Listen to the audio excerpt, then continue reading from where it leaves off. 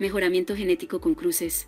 Antes de iniciar con la elaboración de un plan de mejoramiento genético, hay que establecer bien metas y objetivos, pues los cruces son la respuesta a objetivos definidos en la actividad ganadera.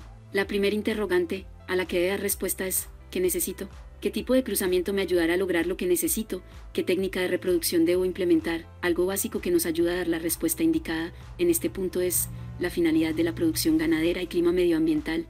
Otro punto es: ¿cuál es el objetivo del cruce realizado? Mayor producción de leche, adaptabilidad, habilidad materna, conversión de pasto a carne. Porcentajes de razas utilizadas en los cruces. Recordemos que entre más razas participen en el cruce, más se expresa el vigor híbrido.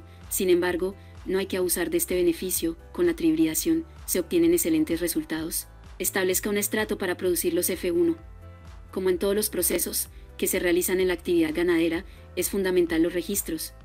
Debe saber qué porcentaje constituye cada animal presente en su hato ganadero, de esta forma poder evaluar resultados obtenidos y saber con exactitud qué razas conforman cada individuo de su hato.